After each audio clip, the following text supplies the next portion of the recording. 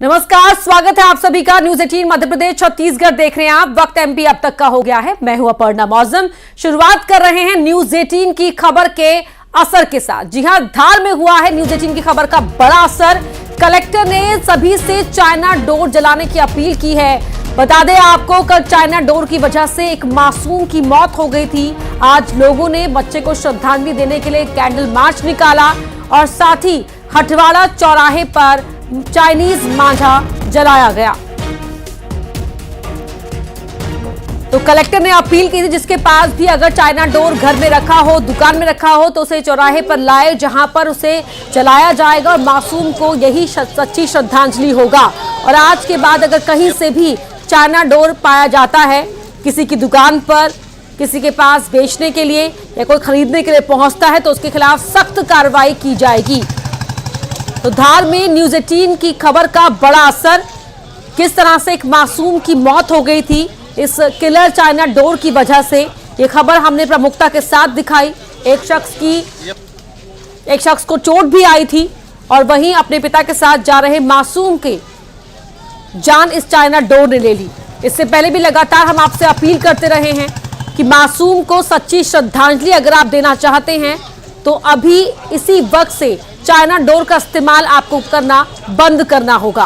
प्रतिबंध है China door पर, उसके बावजूद भी चाइना डोर से होने वाले हादसे लगातार सामने आते रहे हैं। और अब हटवाड़ा चौराहे पर कैंडल मार्च निकाला गया और सभी ने यहां पर चाइना डोर को फूंका है, वो इन तस्वीरों में दिख रहा है। लेकिन अब आज के बाद अगर किसी की भी दुकान में किसी व्यापारी के पास से शिकायत मिलती है कि वो चाइना डोर बेच रहा है अवैध रूप से, तो उस पर कार्रवाई होगी। चाइना डोर को बेचने पर प्रतिबंध है, इसके इस्तेमाल पर प्रतिबंध है। और न्यूज 18 भी आपसे अपील करता है कि इस खतरनाक डोर से पतंग ना उड़ाए, इस खतरनाक डोर का इस्तेमाल ना करें। ना सिर्फ आपके लिए बल्कि ये किसी और की जान के लिए भी खतरनाक साबित हो सकता है। और लगातार इस तरह के मामले सामने आते रहे हैं जहां ये जानलेवा साबित हुआ है।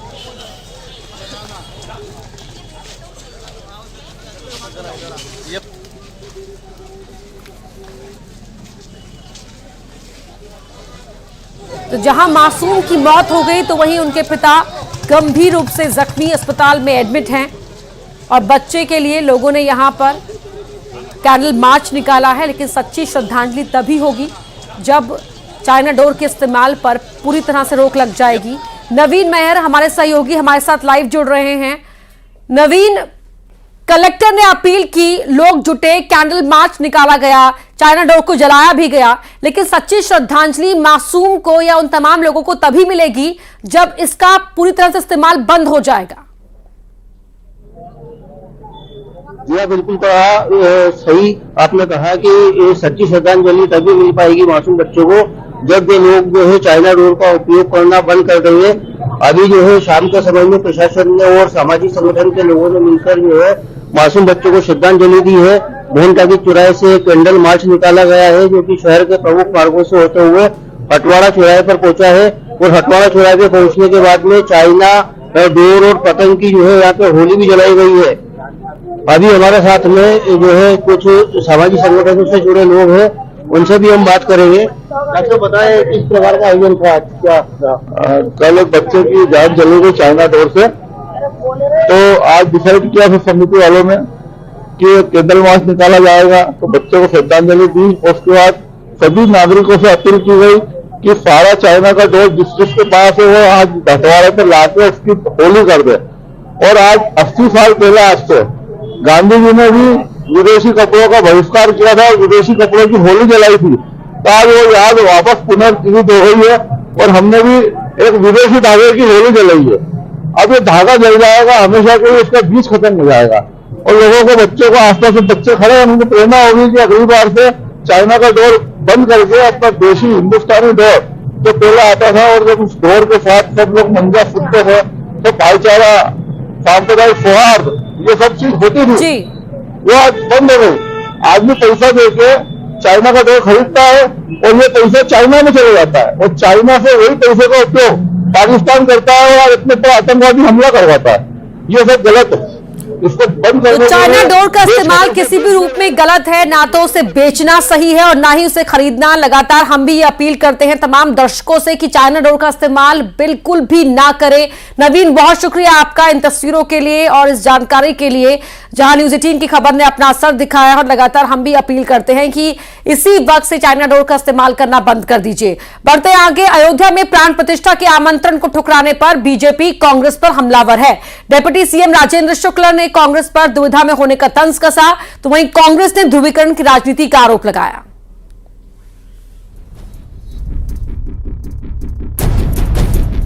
22 जनवरी को अयोध्या राम मंदिर में प्राण प्रतिष्ठा के आमंत्रण को कांग्रेस ने ठुकरा दिया है। इसे लेकर बीजेपी हमलावर है। डिप्टी सीएम राजेंद्र शुक्ल ने कांग्रेस पर निशाना साधा और कहा कि जिन्हें बुलाया गया है जाना चाहिए। कांग्रेस के लोग बड़ी दुविधा में हैं, क्योंकि ये एक ऐसा विषय सामने आया है जिसमें कई बार कांग्रेस के नेताओं ने उसमें राजनीति की गुंजाइश ढूंढने का प्रयास किया।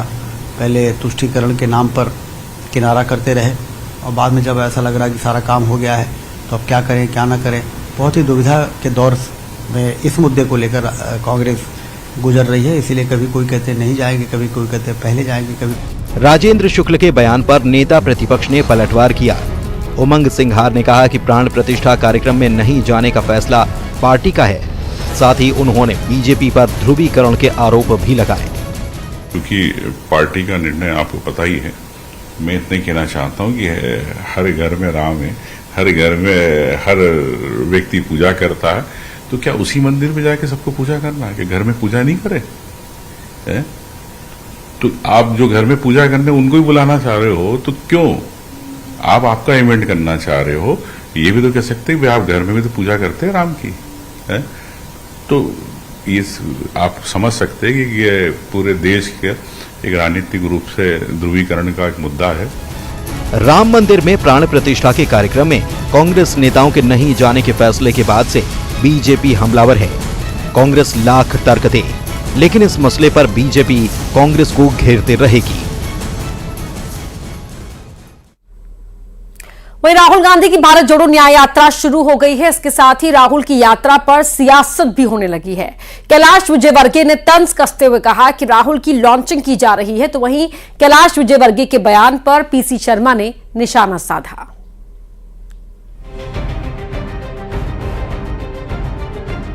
राहुल गांधी की भारत जोड़ो न्याय यात्रा पर सियासत गर्मा गई है।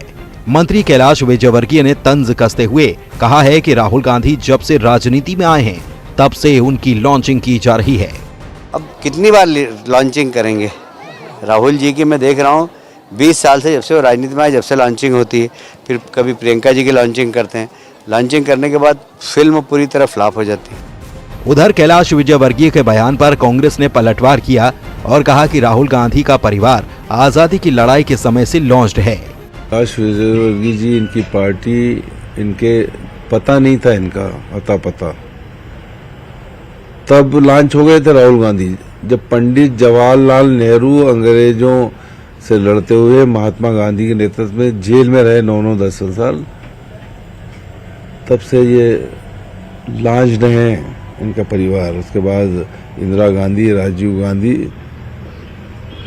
और अब राहुल गांधी, प्रियंका गांधी, ये पहले से लॉन्च्ड हैं। राहुल गांधी की यात्रा एमपी से भी गुजरने वाली है।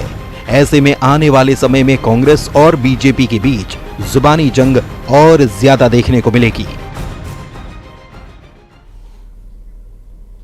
कांग्रेस ने एक तरफ लोकसभा चुनाव की तैयारी शुरू कर दी है, जल्द टिकट घोषित करने की भी बात कही, तो वहीं बीजेपी ने इसे लेकर कांग्रेस पर तंज कसा।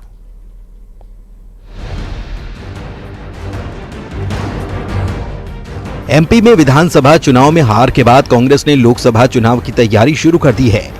कांग्रेस के शीर्ष नेतृत्व ने जीतू पटवारी के कंधे पर प्रदेश की जिम्मेदारी दी है।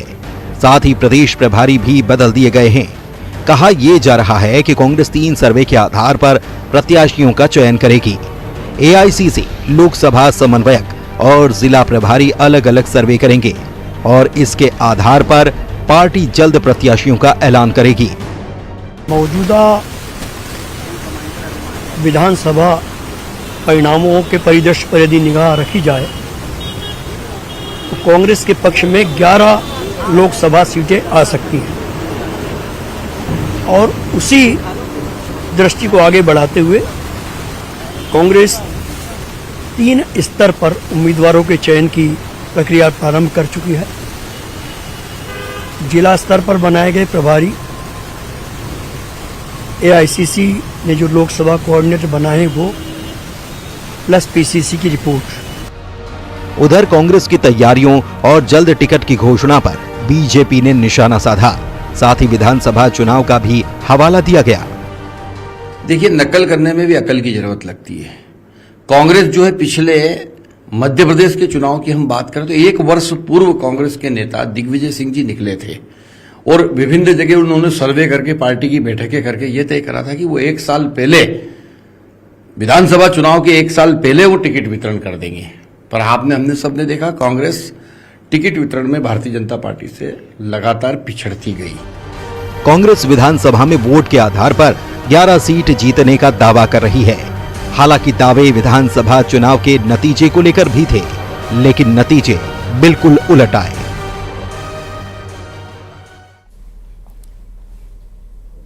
वहीं मध्य प्रदेश में बीजेपी ने लोकसभा चुनाव के लिए दीवार लेखन अभियान शुरू किया।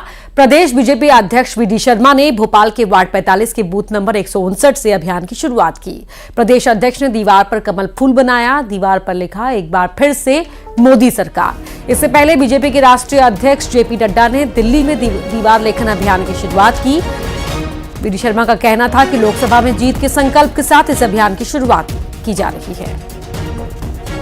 और यहां से आज हमने एक बार फिर से मोदी सरकार के स्लोगन के साथ 2024 के चुनाव की दृष्टि से भारतीय जनता पार्टी के सभी कार्यकर्ता माननीय राष्ट्रीय अध्यक्ष के आह्वान पर आज दीवार लेखन कर रहे हैं और कमल का फूल जो हमारा चुनाव चिन्ह है और एक बार फिर से मोदी सरकार के स्लोगन के साथ हम चुनावी मैदान में उतरे, हमारा संकल्प है।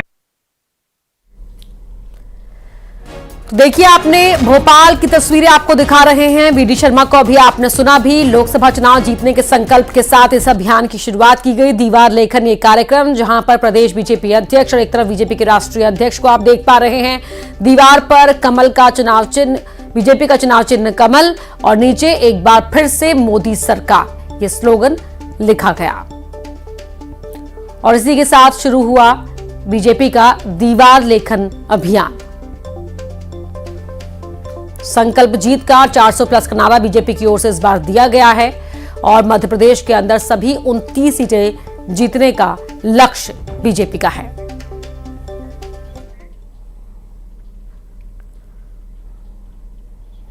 प्रधानमंत्री नरेंद्र मोदी के कार्यकाल में करीब 25 करोड़ लोग बहुआयामी गरीबी से बाहर निकले हैं। नीति आयोग की ताजा रिपोर्ट में यह खुलासा हुआ है, जिसके मुताबिक साल 2013-14 से 2022-23 तक कुल 9 सालों में 24.82 करोड़ लोग बहुआयामी गरीबी से बाहर निकले हैं। 2013-14 की रिपोर्ट और इससे भी उत्तर प्रदेश, बिहार और मध्य प्रदेश में सबसे बड़ी गिरावट दर्ज की गई है। नीति आयोग के मुताबिक देश में बहुआयामी गरीबी 2013-14 में 29.17% थी, जो 2022-23 में घटकर 11.28% रही।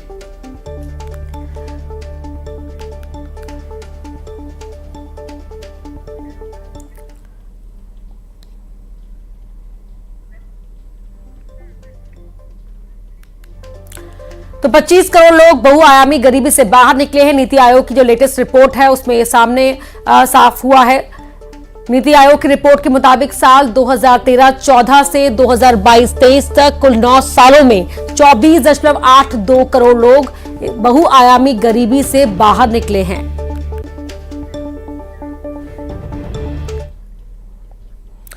मध्य प्रदेश के ग्वालियर में बीज निगम में नौकरी के लिए इंटरव्यू देने पहुंची छात्राओं से घिनौनी पेशकश की गई। विभाग के एक अधिकारी ने छात्राओं को मैसेज किया कि नौकरी के बदले एक रात बितानी पड़ेगी।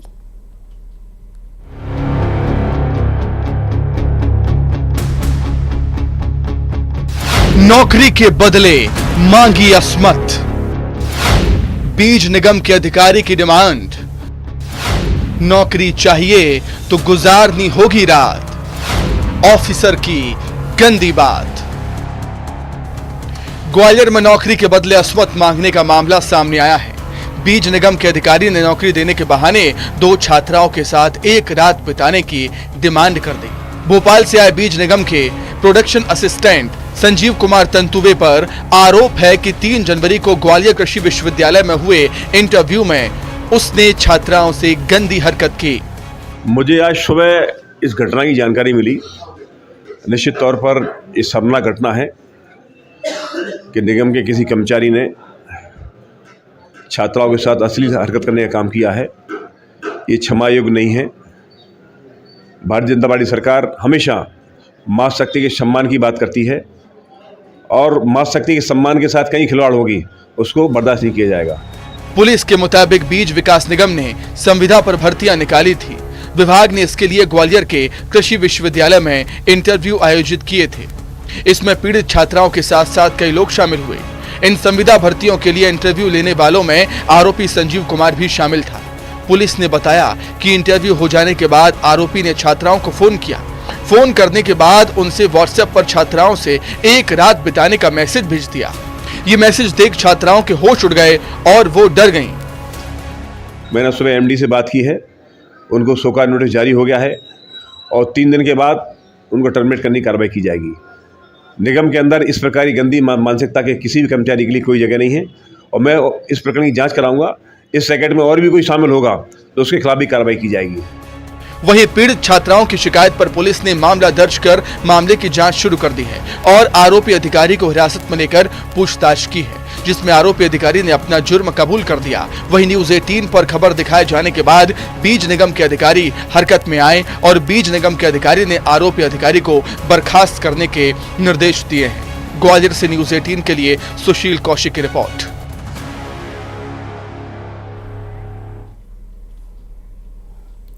अयोध्या में 22 जनवरी को भगवान राम की प्राण प्रतिष्ठा होनी है, उसको लेकर देश भर में उत्साह है।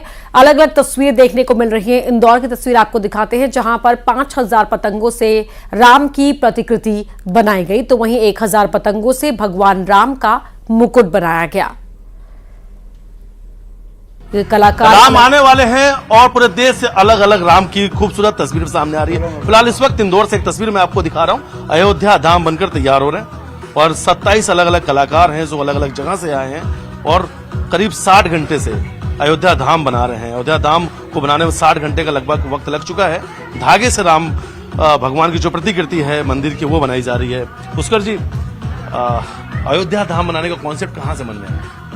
अयोध्या धाम हर कोई प्रभु राम की भक्ति में लीन है। अभी इतना अच्छा जो सुरम्य माहौल जो बना हुआ है अपने भारत देश में, भगवान राम विराजमान होने वाले रामलला अयोध्या में, तो हमारे मन में था कि मकर संक्रांति पे प्रभु के चरणों में किसी तरह से प्रणाम किया जाए और क्या किया जाए कि कला का कोई ऐसा नमूना उन्हें सादर समर्पित करें। तो हमने सोचा था मकर संक्रांति को क्यों ना हम पतंग और धागों से कुछ ऐसा बनाएं। तो हमने सोचा कि चलो पतंगों से भगवान राम बनाते हैं और धागों से अयोध्या राम मंदिर, तो इस तरीके से मकर संक्रांति उत्सव मनाएंगे। तो हम लोग उसी में लगे हुए हैं। लगभग 56 घंटे हो चुके हैं। सभी कलाकार मिलकर काम कर रहे हैं यहाँ पर। और कल हम पतंगों से एक बहुत बड़ा 6000 स्क्वायर फीट पे लगभग 6000 पतंगों से भगवान राम की हम कलाकृति बना चुके हैं, जिसके अंदर लगभग 5100 पतंगों से हमने उनका चेहरा बनाया, राम भगवान का पोर्ट्रेट बनाया और 1100 पतंगों से उस मुकुट को, उनके मुकुट को सजाया। तो इस तरीके से लगभग 6200 और 300 पतंगों से हमने ये पूरा की पूरा राम भगवान का पोर्ट्रेट बनाया और इसको विश्व कीर्तिमान में भी दर्ज किया जाएगा, क्योंकि ये पिक्सल मोज़ेक आर्ट था जो कि काइट से अभी तक की भगवान राम का इतना बड़ा पोर्ट्रेट किसी ने भी नहीं बनाया है। तो पतंगों से बना हुआ विशेष प्रकार का पिक्सल आर्ट वाला पोर्ट्रेट हम लोगों ने बनाकर तैयार किया, जो कि आप ड्रोन से जब देखेंगे तो आपको भगवान राम दिखेंगे 6000 स्क्वायर फीट में। और लगभग 8 किलो धागे से और 19,500 किलो को मिलाकर उसका संयोजन करके और लगभग 17 कलाकारों ने मिलकर दिन रात की मेहनत से अयोध्या राम मंदिर तैयार किया है और वो वर्ल्ड रिकॉर्ड तैयार किया भगवान राम का पोर्ट्रेट। तो ये हम भगवान राम के चरणों में समर्पित करते हैं इसको। और ये मध्य प्रदेश कला महोत्सव है, यहाँ पे पूरे मध्य प्रदेश से सभी कलाकार आए हुए हैं। तो सभी कलाकार प्रमुख नगरों से हैं, उनको चयनित किया गया है और उनके डेडिकेशन के अकॉर्डिंग उन्हें चयनित करके और इस कार्य के लिए लगाया गया। लगभग 27 कलाकार, लेकिन ये और पतंग में मिलाकर टोटल 27 कलाकारों ने अपनी यहाँ पर पूरा श्रमदान किया है और इतना अच्छा आर्टिस्टिक तरीके से पूरा की पूरा क्या है साइज? ये 8x16 का साइज है, जो कि प्लाई के ऊपर हम इस तरह से धागों के संयोजन से अयोध्या राम मंदिर बना रहे हैं। और लगभग 19,500 कीले और 8 किलो धागा इसके अंदर लगा है। 54 घंटे का समय लगा हुआ है, तो अपने आप में विश्वसनीय है। आप भी श्रमदान कर रही हैं भगवान श्री राम के लिए, जी। कैसा महसूस हो रहा है? भगवान बहुत अच्छा महसूस हो रहा है। अयोध्या तो नहीं जा सकते, तो यहीं पे भगवान राम के धाम में हमने श्रमदान किया है। अच्छा, कितना खूबसूरत ये और तस्वीर हो जाती है जब युवा भगवान राम की भक्ति से जुड़ते हुए नजर आ रहे हैं। पूरा देश राम की भक्ति में हो चुका है। युवा को देखकर ही जोश आ रहा है कि अगर बच्चे भी जुड़ेंगे तो हम भी अपना भक्ति और कला इस माध्यम से भगवान राम को समर्पित कर सकते हैं। और आइए अब देखते हैं तेज